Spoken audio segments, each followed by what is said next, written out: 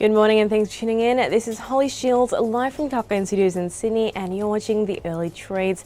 This is our market open report. Today the S&P ASX 200 is lower, dropping 1% and setting a new 20-day low. Over the past 5 days, the index has lost 4.28% and 3% over the past 52 weeks.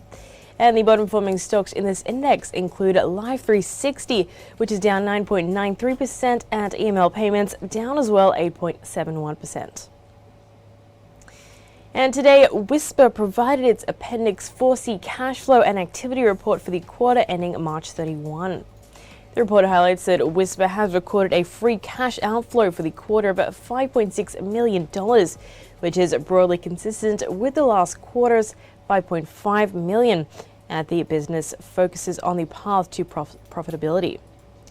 And the company's cash receipts for the quarter include $19.98 million, which is of course a significant growth of 81.6% on PCP, demonstrating the strength of the business in the financial year 22. And cash receipts as well for the quarter were in line with expectations and down by 22% on the previous period. And also in the news today, 29 metals reported results for the March quarter. The report highlights the performance of the period substantially improved on the prior period as well, despite challenging conditions across the sector. During the quarter, operations were impacted by seasonal operating constraints combined with the continuing impact of tight labour market conditions and COVID-19, as well as supply chain delays exacerbated by extreme weather in southeast Queensland. Plus, copper production for the quarter was below plan and lower quarter-on-quarter, reflecting lower mined grade, partly a result of operating plan adjustments to manage the impact of labour availability constraints.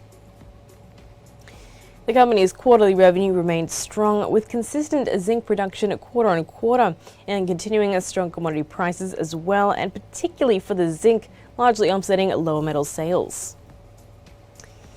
Meanwhile, today as well, Plenty Group is providing its trading update for the quarter ending March 31 as well. This highlights the company's record quarterly loan originations of $321.9 million. That is 87% above the prior period and 5% above the prior quarter, despite usual seasonal impacts. Plenty's loan portfolio as well increased to $1.3 billion on the 31st of March. That is 111% above PCP and 17% above the prior quarter. Inaugural renewable energy and personal loan asset-based securities issued, substantially reducing funding costs across $280 million of receivables. And then SomnoMed, or SomnoMed I should say, a leading company in the provision of oral appliance treatment solutions for sleep-related breathing disorders and obstructive sleep apnea, provided its quarterly update of the activities report for the same period. The report highlighted the company's revenue of $17.3 million for the third quarter, 10% for the previous corresponding period, or 21% on an underlying revenue basis when excluding the one-off COVID-19 related HIC1 allowance received in the Netherlands during the period.